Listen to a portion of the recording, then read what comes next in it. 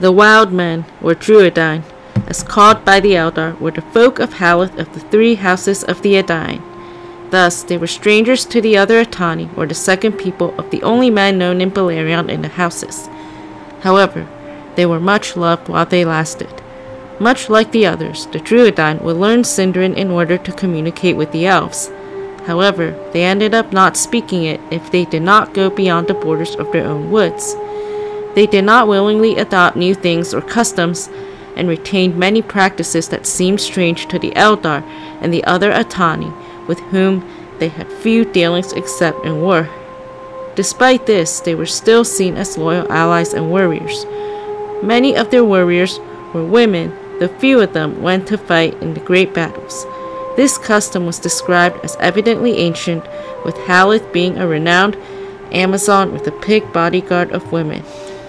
They were seen to be among people of a wholly different kind, though there were not many of them, a few hundreds, maybe living apart in families, or small tribes but in friendship as members of the same community. They were called Drú by the people of Haleth as a word of their own language. The Drúedain were short but very broad. Some would be about 4 feet tall. They would have wide faces with deep-set eyes and heavy eyebrows, flat noses, and they did not grow hair below their brows, except in a few men who were proud of their distinctions. They would glow red when angry, have wide mouths and eyes so black their movement of the eyes could not be observed closely. They would laugh at work or play when other men would sing, but they could be relentless, fighting in silence, and would not exult in victory, not even over orcs. The Drúedain were not long-lived, though in early days they would be of great service within their house of Haleth. Few would ever leave the realm.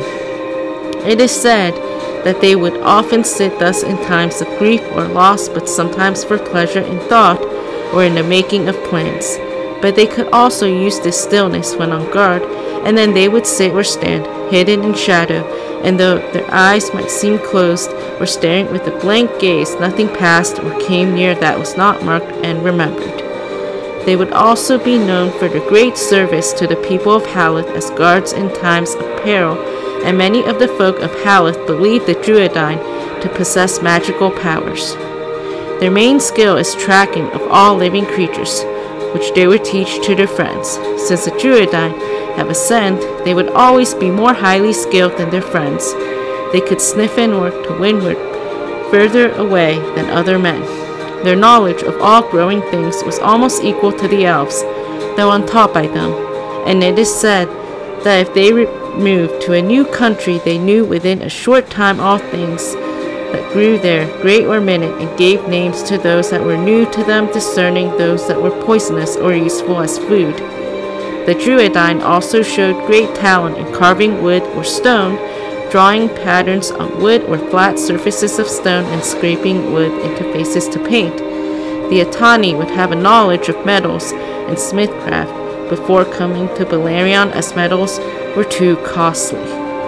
The Drúedain came from Drú and Edain, meaning wild men. They would learn writing upon meeting the Elves, but they would not learn it from them. Instead, they would attempt their own inventions, though their writing was mainly used for a number of signs for giving information and warning. They were considered to be similar to the hobbits by many, having an affinity of stillness, though Tolkien made great pains to discuss their differences. The Drúedain were taller and heavier and had stronger builds. While hobbits had curly hair on their heads, the Drúedain had sparse, straight hair and did not have any on their legs and feet. While their personality traits would be seen as similar, the Drúedain would have a grimmer side to their nature, be credited with magical powers, and lived regally, drinking nothing but water at times. Thus, in many ways, they would resemble the dwarves in their build, stature, endurance, skill of carving stone, character, grim side, and strange powers, magical powers, though the powers credited to the dwarves were different and they would live longer than the Drúedain.